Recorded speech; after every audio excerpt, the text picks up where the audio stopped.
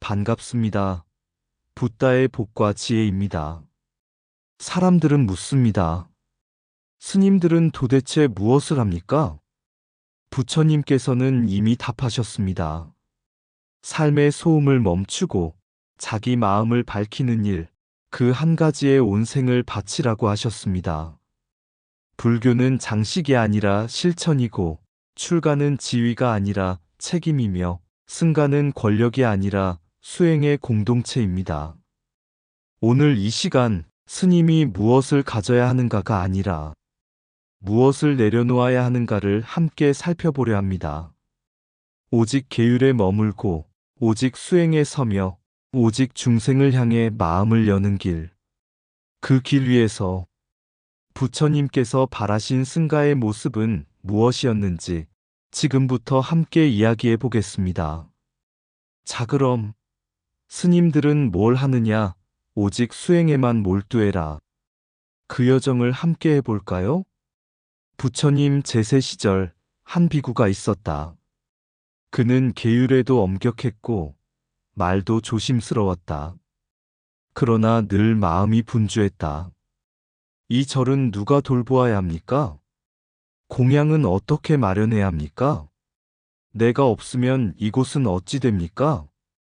그는 수행보다 걱정을 먼저 들고 다녔다. 어느 날 부처님께 나아가 여쭈었다. 세존이시여, 승가를 위해 살피고 챙기는 일이 많아 마음이 한가할 날이 없습니다. 부처님께서 잠시 그를 바라보시다. 조용히 땅 위의 먼지를 손가락으로 쓸어내리시며 말씀하셨다. 비구여, 이 먼지를 지키겠다고. 눈을 닫지 않으면 눈은 곧 보지 못하게 된다. 비구는 그 말뜻을 바로 알아차리지 못했다. 그러자 부처님께서 다시 이르셨다. 승가는 그대가 굴리지 않아도 굴러가지만 그대의 마음은 그대가 닦지 않으면 아무도 대신 깨끗이 할 수 없다. 그때 비구는 알았다. 저를 지키려다 마음을 놓쳤고 형식을 살피느라 본질을 잊고 있었다는 것을. 그날 이후 그는 해야 할 일과 내려놓아야 할 일을 분명히 가렸다. 세상 일은 인연에 맡기고 자기 마음은 수행에 맡겼다. 그리고 사람들은 그를 두고 이렇게 말했다.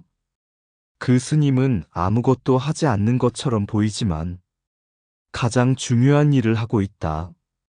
부처님께서 가르치신 승가의 길은 많이 하는 길이 아니라 흐트러지지 않는 길이었다.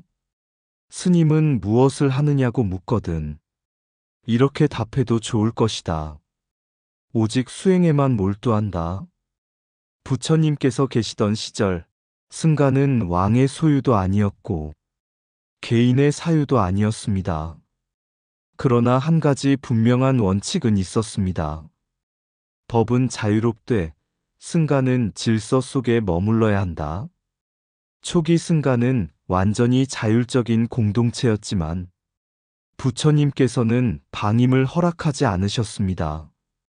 계율은 곧 승가의 법이었고 그 계율을 어기는 자는 누구라도 공동체의 결의로 바로잡았습니다. 부처님께서 열반하신 뒤 승가가 가장 먼저 한 일은 권력을 나누는 일이 아니라 질서를 합의하는 일이었습니다. 결집이 바로 그것이었습니다. 1902년 태국이 승가통치법을 제정했을 때 그들이 고민한 것도 같은 질문이었습니다. 승가가 흩어지지 않게 하려면 무엇이 가장 먼저 세워져야 하는가? 그래서 태국은 승가를 관리하는 최고기구로 대장로 회의를 세웠습니다.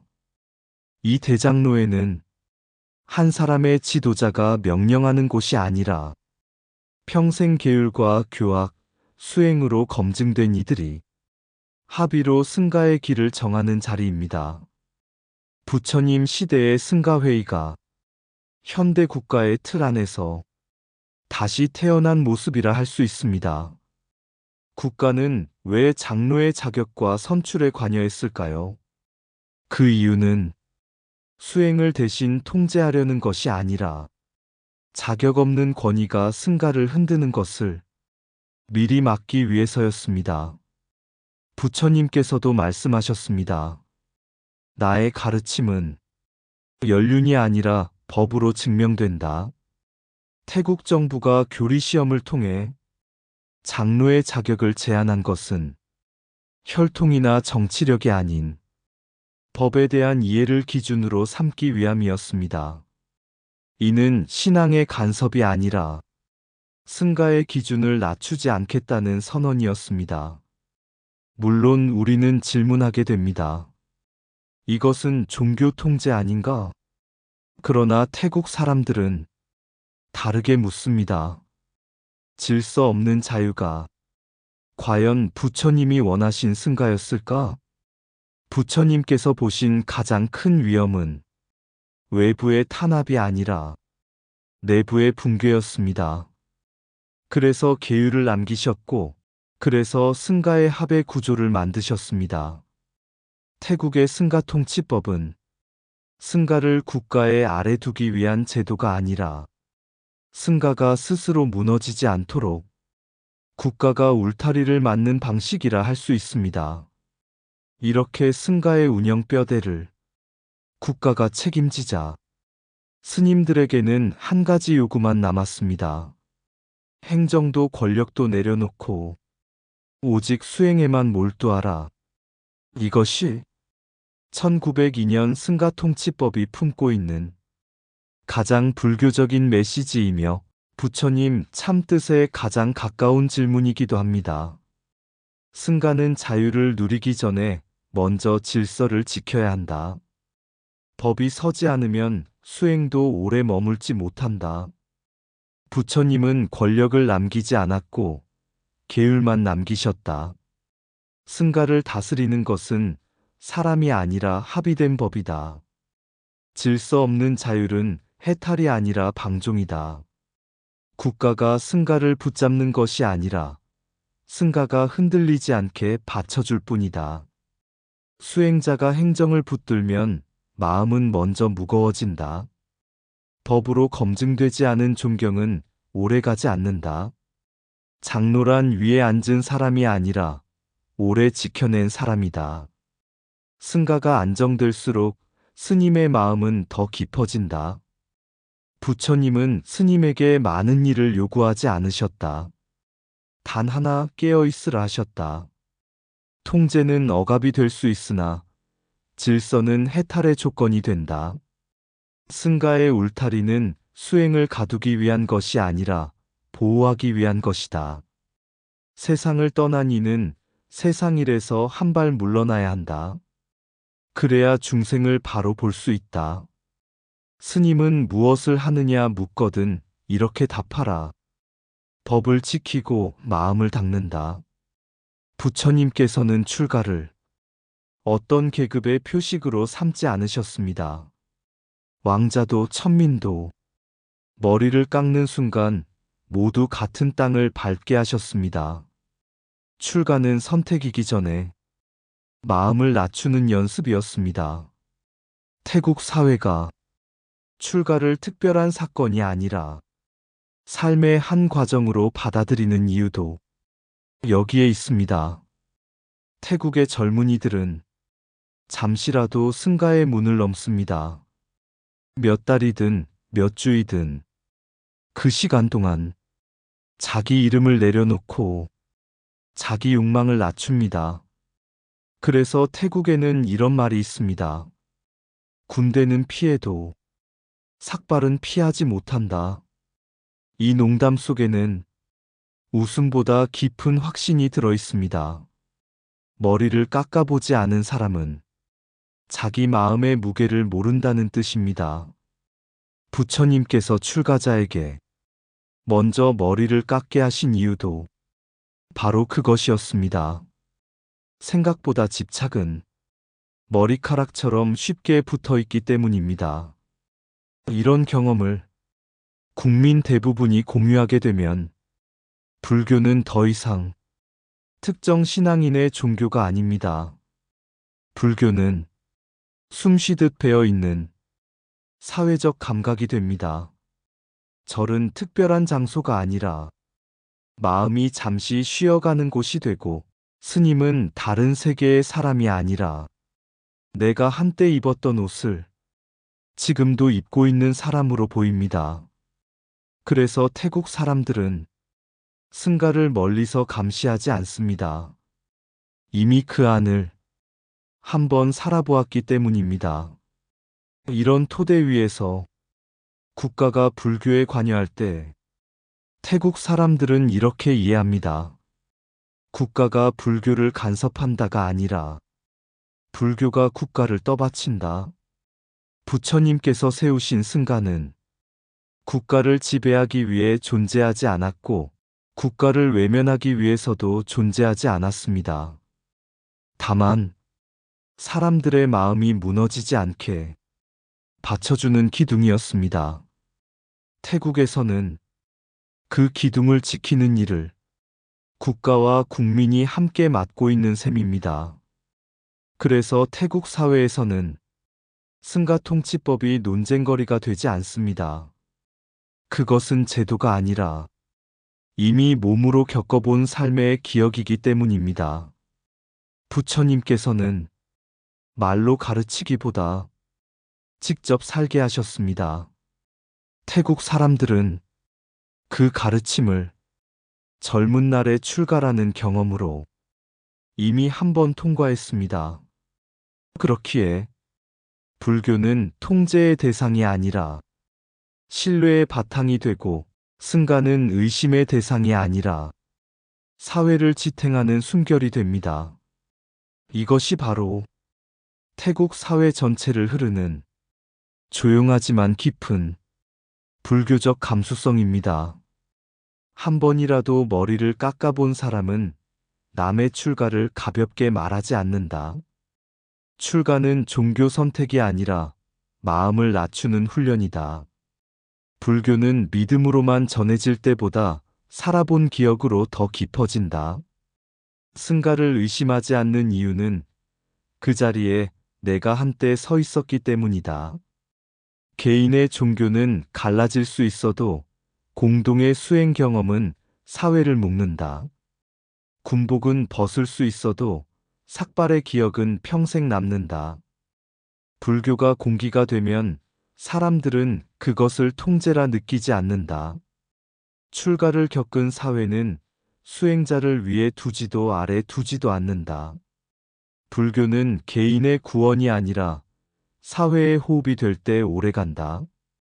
국가가 불교를 관리하는 것이 아니라 불교가 국가의 마음을 다스린다. 승가는 멀리 있는 이상이 아니라 누구나 한 번 지나온 길이다. 경험하지 않은 자유는 오해를 낳고 경험한 규율은 신뢰를 낳는다. 머리를 깎는 순간 사람은 잠시 세상의 주인이기를 멈춘다. 출가의 기억이 있는 사회에서는 수행을 명령하지 않아도 존중이 생긴다. 부처님 가르침이 강한 이유는 강요해서가 아니라 몸으로 알게 했기 때문이다. 부처님께서는 승가를 세우시며 단 한 가지도 요구하지 않으셨습니다. 재산을 늘리라 하지 않으셨고 조직을 키우라 하지 않으셨으며 세상에서 영향력을 가지라 하지 않으셨습니다. 다만 분명히 말씀하셨습니다. 너희는 법을 의지하고 나를 의지하지 말라. 법을 의지한다는 말은 사람의 눈치를 보지 말고 돈의 흐름에 마음을 빼앗기지 말며 행정의 무게에 수행을 밀리지 말라는 뜻입니다. 태국의 승가 구조는 이 말씀을 제도로 번역한 모습에 가깝습니다. 사찰의 크고 작은 재정, 운영과 유지에 관한 문제를 국가가 책임지는 이유는 단순합니다.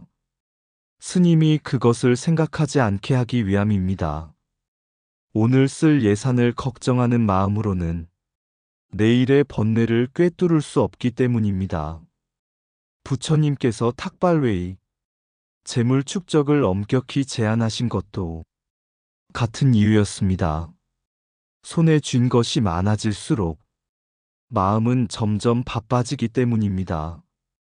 그래서 태국의 스님들은 사찰을 어떻게 운영할 것인가 보다 오늘 마음은 얼마나 맑은가를 먼저 묻습니다.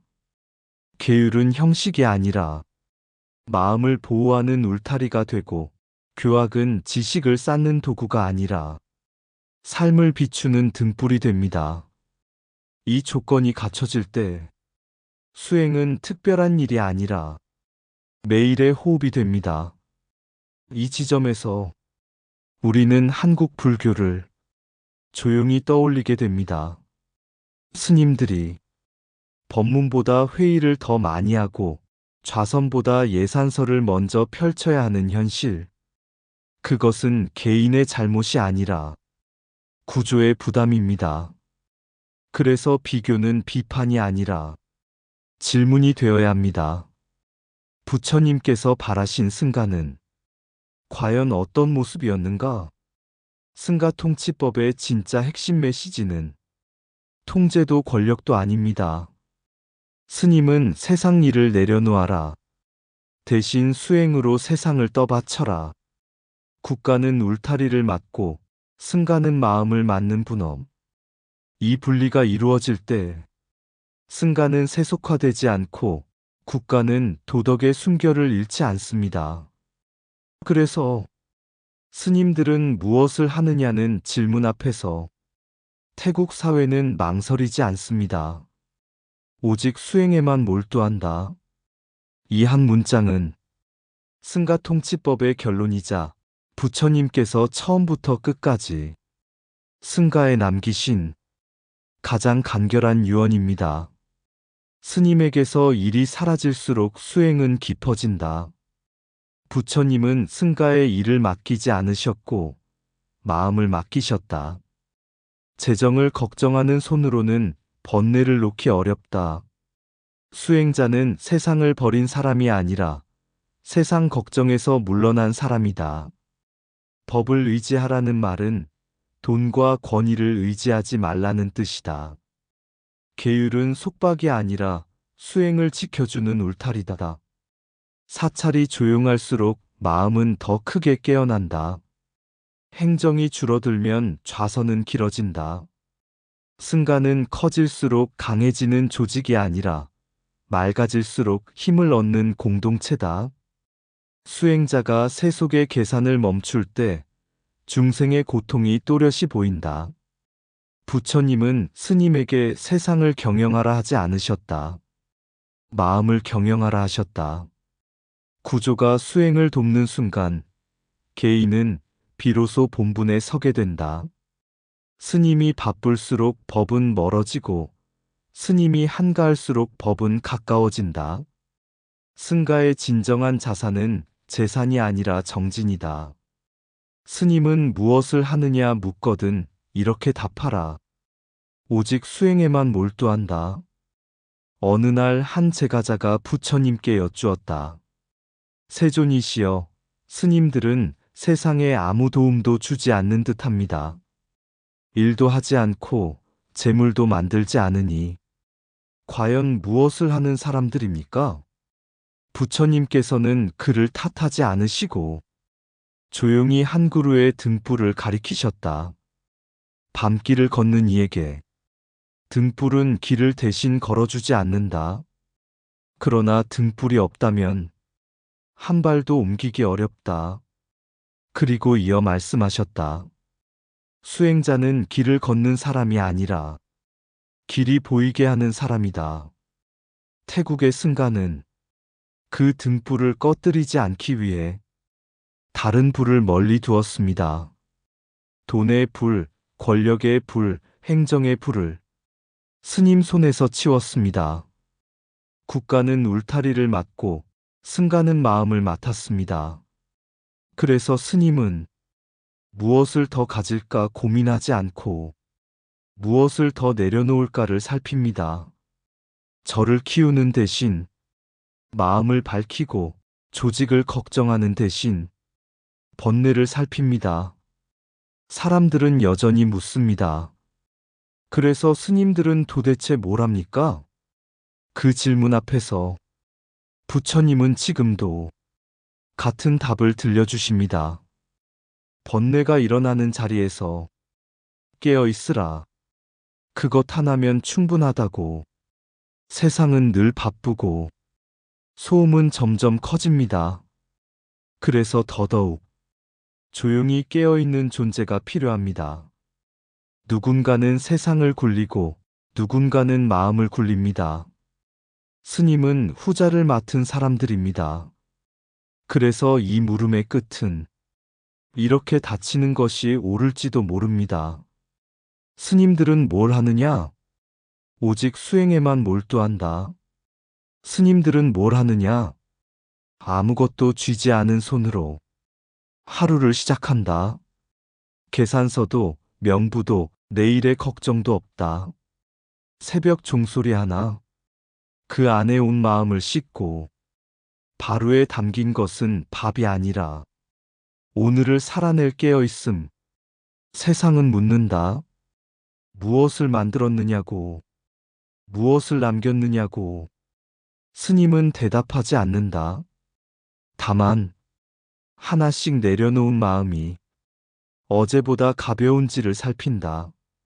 권력은 멀리 두고 돈은 지나가게 두고 계율을 등불 삼아 고요 속으로 한 걸음 더 들어간다. 누군가는 세상을 경영하고 누군가는 마음을 지킨다.